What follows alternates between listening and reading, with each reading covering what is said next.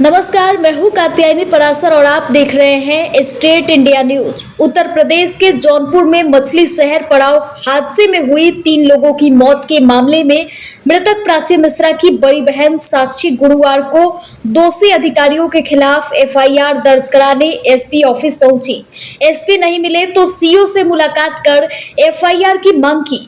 आरोप है कि सीओ ने नगरपालिका, बिजली विभाग समेत अन्य जिम्मेदार अधिकारियों के खिलाफ एफआईआर दर्ज करने से इनकार करते हुए पीड़ित परिजनों को लौटा दिया। परिजनों का आरोप है कि जिला प्रशासन दोषियों को बचाने में जुटा हुआ है, अब वह लोग कोर्ट का सहारा लेंगे। वहीं साक्षी ने कहा कि उन्हें मुआवजा नहीं बल्कि न्याय चाहिए। दरअसल 25 अगस्त को शहर के मछली शहर पड़ाव पर हुए हादसे में 3 लोगों की जान चली गई थी। ब्यूटी पार्लर सीखकर घर जा रही 22 वर्षीय मियापुर निवासी साक्षी मिश्रा खुले नाले में गिर गई, जिसे बचाने गए समीर और ई रिक्शा चालक शिवा मौत भी काल के गाल में समा गए। शिवा की करंट की चपेट में आने से तुरंत मौत हो गई थी, जबकि प्राची और समीर का शव सीवर लाइन से होते हुए 1.5 किलोमीटर दूर नाले में बह गया था। पुलिस, टीएसी, फायर ब्रिगेड की टीम के अलावा प्राची और समीर को ढूंढने के लिए एसडीआरएफ की टीमों ने 28 घंटे की कड़ी मेहनत की थी, तब जाकर दोनों शव मिले थे। तीनों का पोस्टमार्टम कराया गया, जिसमें करंट लगने से मौत होने की रिपोर्ट आई। वहीं इस मामले में 5 लाख मुआवजा देकर लीपापोती का आरोप लगाया जा रहा है। हादसे के बाद जिला प्रशासन दोषियों पर कार्रवाई करने के लिए कथित तौर पर त्रिस्तरीय जांच कमेटी गठित करके नगरपालिका और विद्युत विभाग के अवर अभियंता, नगरपालिका के मेट और सफा नायक को निलंबित करके खानापूर्ति कर लिया गया।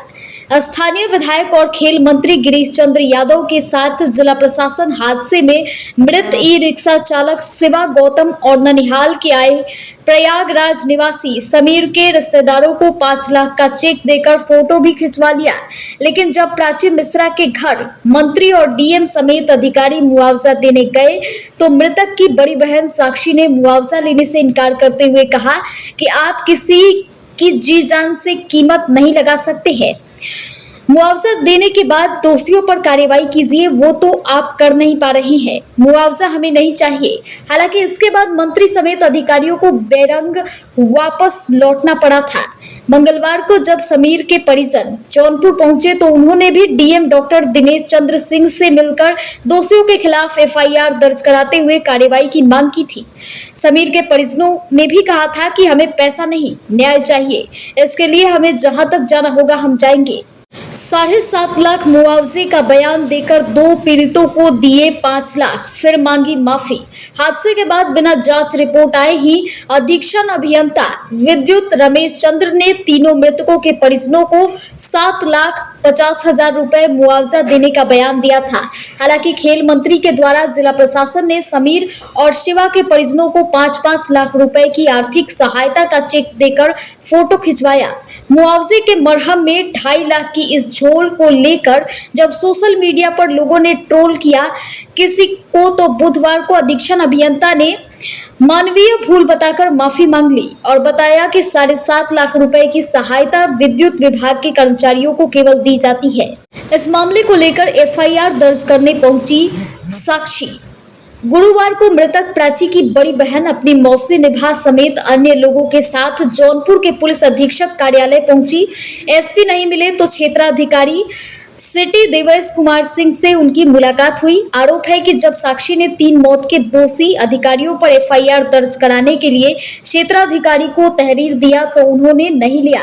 क्षेत्राधिकारी के यह कहकर लौटा दिया गया कि अभी जांच चल रही है, रिपोर्ट आने से पहले वह कुछ नहीं कर सकते। इस पर साक्षी ने क्षेत्राधिकारी से ऐसा सवाल किया कि उनकी बोलती बंद हो गई। मृतक की बहन ने कहा कि जब अभी तक जांच पूरी नहीं हुई है तो मेड, सफाई कर्मी समेत 4 लोगों को निलंबित आखिर कैसे कर दिया गया।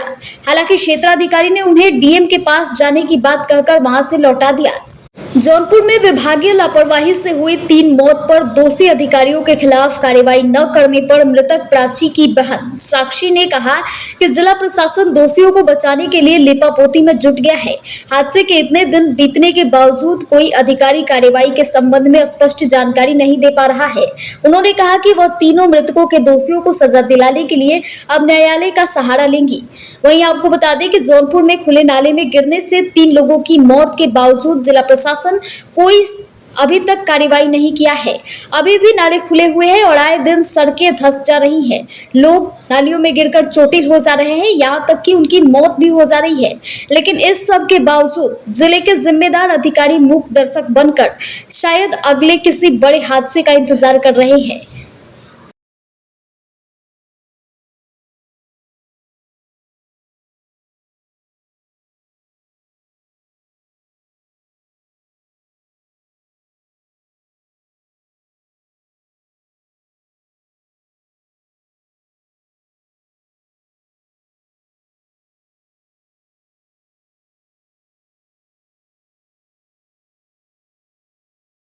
इसलिए कि जिसका अपडेट हमें मिलता रहे कि क्या हो रहा है। अब हमारे पास तो इतने सारे संसाधन नहीं कि मुझे पता चले कि अंदर क्या प्रशासन में क्या चल रहा है। तो ये एफआईआर हम अपनी तरफ से करके हम इसका अपडेट खुद लेना चाह रहे थे कि इसमें क्या चल रहा है और जो भी दोषी इसके खिलाफ पाए जाए उसके खिलाफ सख्त से सख्त कार्रवाई की जाए, क्योंकि किसी की छोटी मोटी भूल की वजह से हम इतना बड़ा खामियाजा भुगतने के लिए तैयार नहीं है। और ये लापरवाही नहीं, इसे जानलेवा लापरवाही समझा जाए। आज आपने बिजली विभाग के खिलाफ वो क्या आश्वासन आपको मिला है? वो कहे प्रोसेस चल रहा है। हाँ, मेरे कहने का तात्पर्य है कि जब प्रोसेस चल रहा है तो फिर आप निलंबन कैसे किसी को कर सकते हैं? अंडर प्रोसेस आप किसी को कैसे वो कर सकते हैं? उन्होंने कहा कि 2 लोगों को निलंबन भी किया गया। कैसे? ये मेरा पूछना है, कैसे क्यों किए 2 लोगों को? जब प्रोसेस चल ही रहा है तो कैसे उनको निलंबन किया गया? इसका जवाब चाहिए। आज आप कहाँ आई थी और किस लिए आई थी? मैं एफआईआर कराने के लिए आई थी सर से मिलने। तो मेरी सीओ सिटी सर से बात हुई है तो उन्होंने एफआईआर लेने से मना कर दिया है, क्योंकि वो कह रहे हैं कि जांच कमेटी के थ्रू भी जांच चल रही है, जब तक कि जांच की रिपोर्ट नहीं आती वो एफआईआर नहीं ले सकते। तो क्या आरोप है आपका? आप सभी को पता है कि किस किस की वजह से इंसिडेंट हुआ है। इतना बड़ा, मतलब ये एक छोटी सी लापरवाही की वजह से हम सबको इसका परिणाम देखना पड़ रहा है, तो हम उसी के खिलाफ कंप्लेन करने आए हैं। आज आपसे किससे मुलाकात हुई? कप्तान साहब थे? नहीं, कप्तान सर नहीं थे, सीओ सिटी सर थे। आपके हिसाब से कौन लोग इसमें दोषी हैं इस पूरे प्रकरण में? किसके खिलाफ आप एफआईआर कराना चाहती हैं? हम ये जो कंप्लेन करने के लिए आए हैं विद्युत विभाग की तरफ से, नगर पालिका और PWD, इनके अगेंस्ट हम कंप्लेन करने के लिए आए हैं। यहाँ क्या कहा गया आपको कंप्लेन दर्ज करने के लिए? सर ने वही कहा है कि ये जांच कमेटी के थ्रू जांच चल रही है और जब तक उसका रिजल्ट नहीं आता है वो कोई एफआईआर नहीं ले सकते। बट मैं ये जानना चाहूँगी कि अगर जांच चल रही थी तो 2 लोगों को निलंबित कैसे किया गया? जब तक रिजल्ट कोई आया नहीं है तो 2 लोगों को आपने निलंबित कर दिया, और अभी आप बता रहे हो मुझे कि जांच जो है ऑलरेडी चल रही है और कोई भी मतलब संतोषजनक रिप्लाई नहीं है किसी की भी तरफ से। जांच चलने के साथ साथ कैसे निलंबन हुआ? ये अब क्या करेंगे आप? यहाँ से तो मना हो गया, क्या करेंगे? मुझे मजबूरन कोर्ट का सहारा लेना पड़ेगा। कोर्ट का ही सहारा लेना पड़ेगा हमें। दीदी क्या बताएं कितने दिनों में ये जांच कंप्लीट हो जाएगी? कुछ नहीं बताया उन्होंने ये बोला कि डीएम से सर से बात कीजिए, वो बता सकते हैं। क्योंकि पहले भी बोले थे कि 24 घंटे में इसकी जांच रिपोर्ट की आंखें पूरी हो जाएगी, तो उसमें किस आधार पर ये रिपोर्ट होगी थी? क्या उन्होंने बताया है? कुछ भी नहीं बताया, वो बस उन्होंने ये बताया कि ये जांच ऑलरेडी चल रही है। और अभी तक मैं बता तो रही हूँ ना, कुछ भी प्रॉपर इन्फॉर्मेशन कहीं से नहीं मिल पा रही है।